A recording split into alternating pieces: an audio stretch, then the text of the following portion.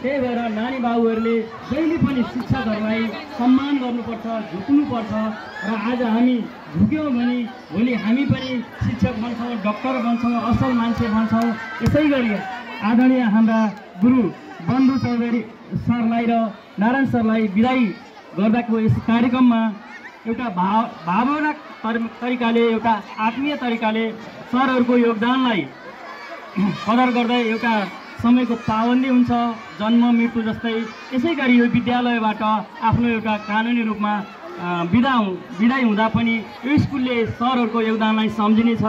र म पनि नयाँ व्यवस्थापन समितिको अध्यक्ष भएर आएको छु। मेरो आदरणीय गुरुहरूको सल्लाह सहयोग र मलाई विशेष गरी यो परिवारलाई, यो शिक्षक परिवारहरू एक अर्कामा एकता मिलन र हामीले यो खैरनी माविलाई पूर्वी चितवनको एउटा उत्कृष्ट नमुना आयुष्य प्राप्त मावि बनाउन सक्नेछ भन्ने तपाईँहरूको सर सहयोगको आशा अपेक्षा गर्दै सम्पूर्ण हाम्रा आदरणीय गुरुहरूलाई र बिदा हुने गुरुहरूले गरेको योगदानलाई र सर सहयोगको अपेक्षा गर्दै म यो बिदाई कार्यक्रमको समापन भएको घोषणा गर्दै बिदा हुन्छु। हस्त, धन्यवाद।